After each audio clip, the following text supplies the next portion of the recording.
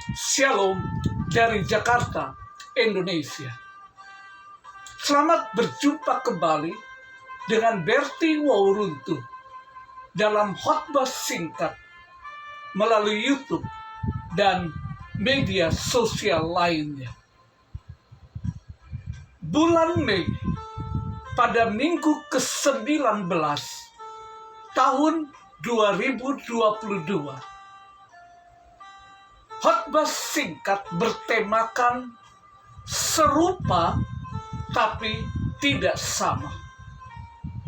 Namun terbatas pada 3 topik, yaitu topik 54, bertuhan tapi tidak baik, dan tidak bertuhan tapi baik. Topik ke-55, Logos dan Rema. Topik ke-56, kekuatan manusia atau Tuhan.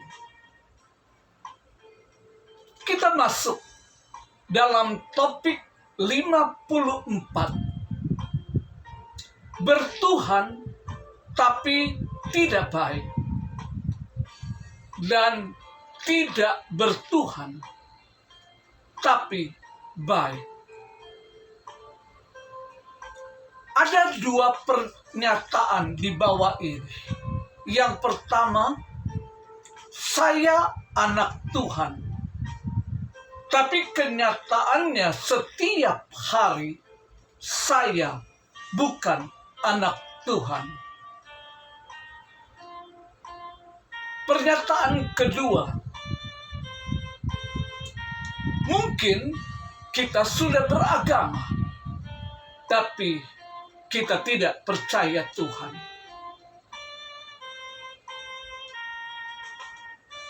Pernyataan pertama merupakan pernyataan yang mewakili anak Tuhan yang telah memiliki Tuhan sebagai Tuhan dan Juru Selamat pribadinya.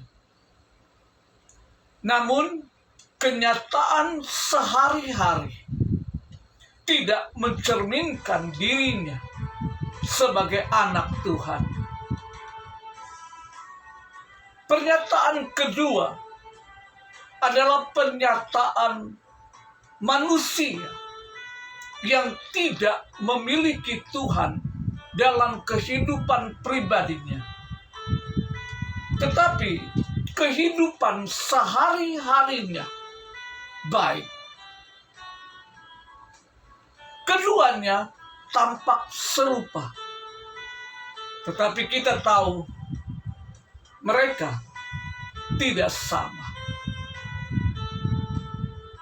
Pernyataan nomor 1, jalan keluar dari pernyataan pertama adalah pertobatan.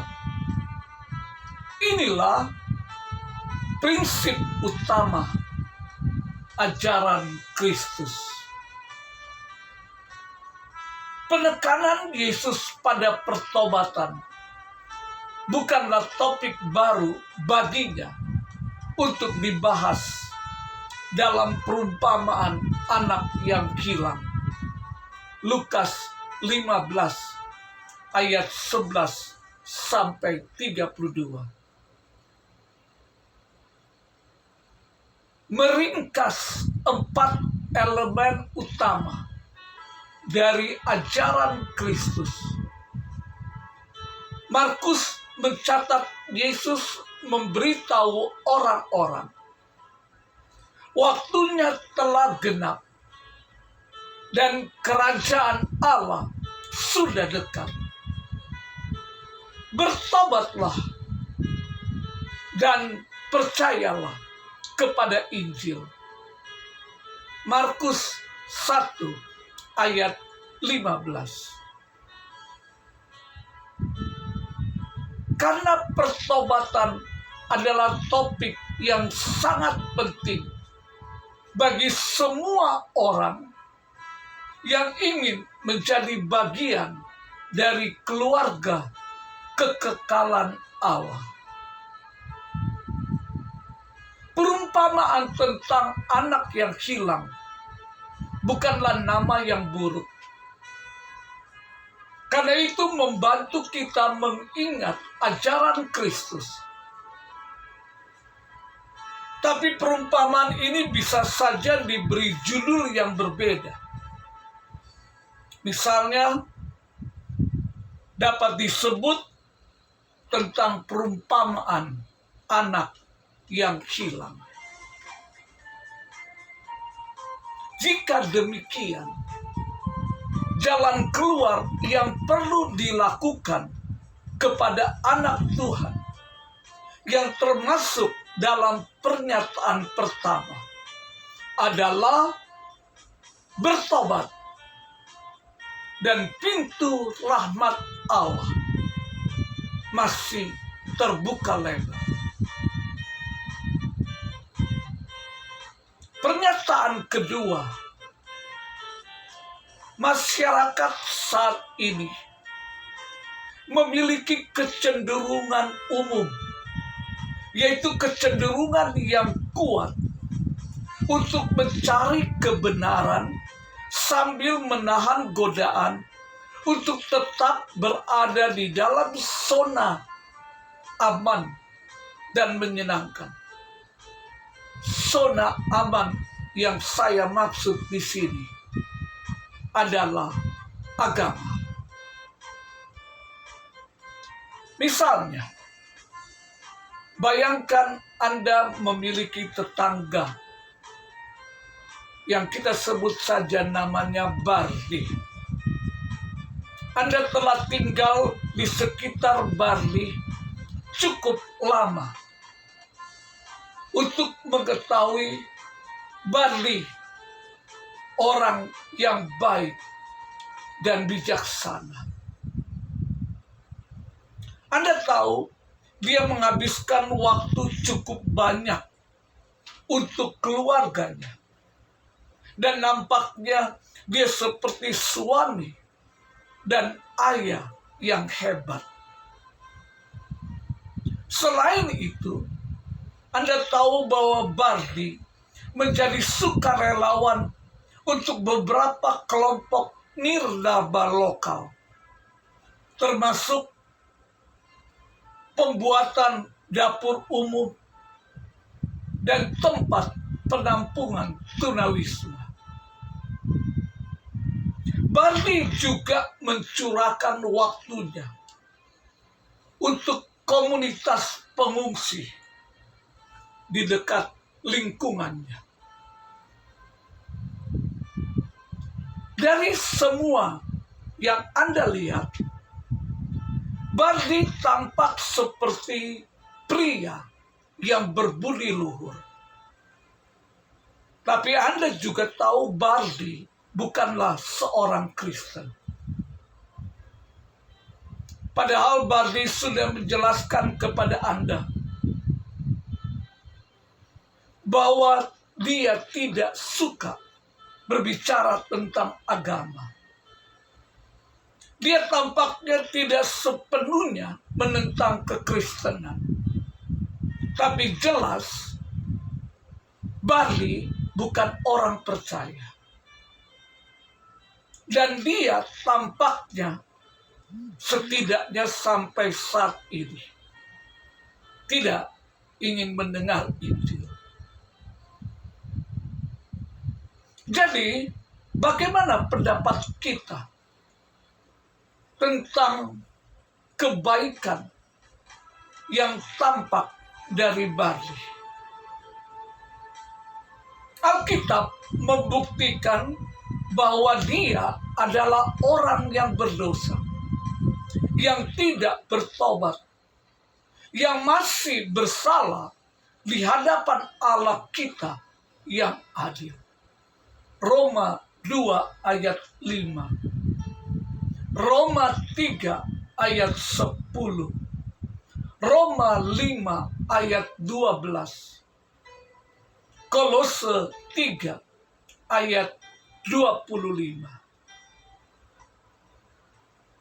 Jadi, dapatkah kita secara akurat menggambarkan pribadi yang bernama Barli dan orang Kristen lain yang tampaknya baik sebagai berbudi luhur?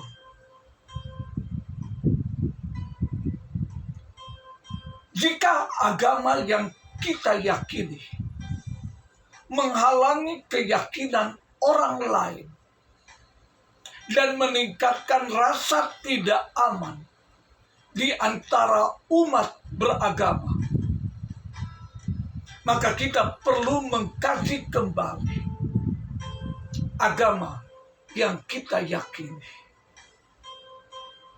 Karena mungkin kerinduan kita untuk mendapatkan pemahaman yang lebih berarti tentang Tuhan belum kita temukan.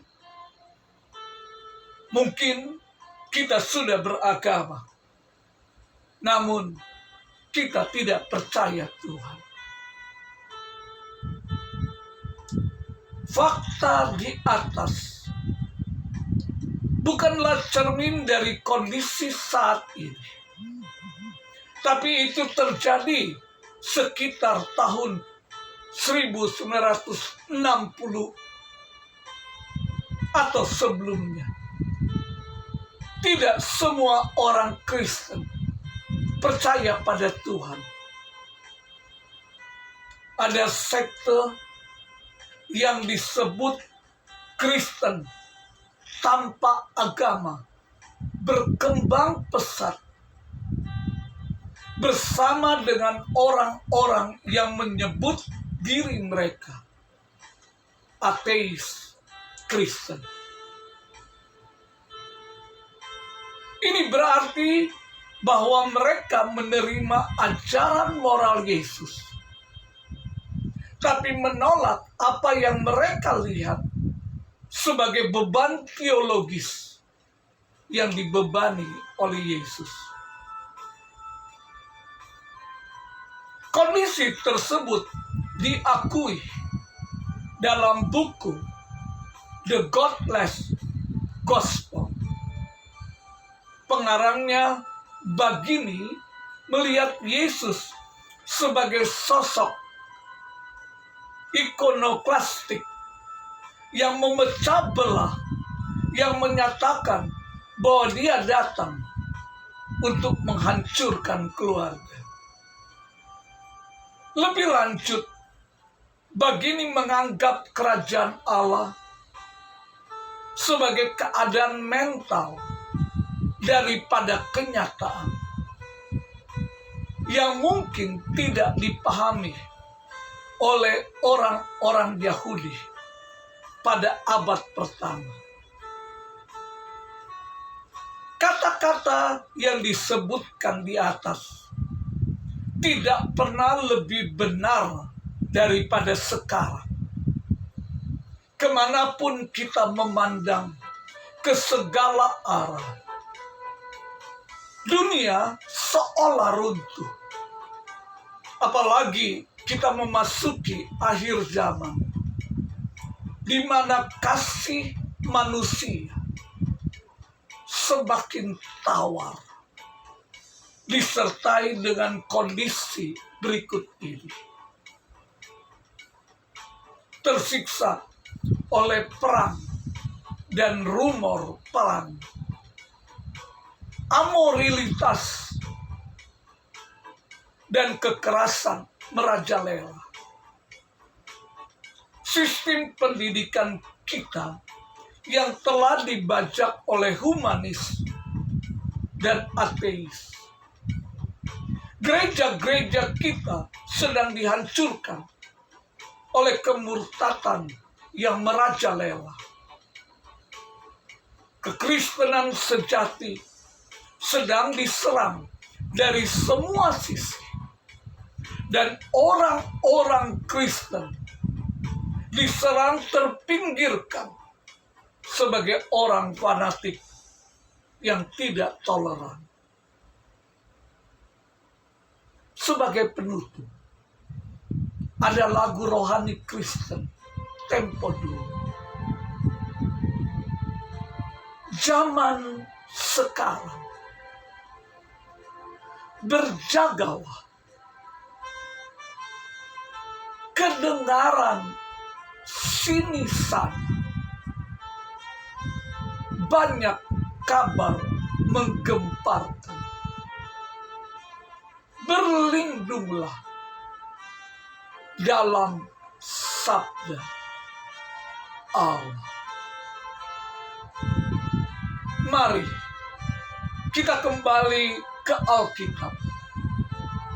Ikut sertakan Roh Kudus yang dengan setia mengajari kita sesuatu yang kita tidak ketahui untuk mengungkapkan kebenaran. Dan biarlah kebenaran itu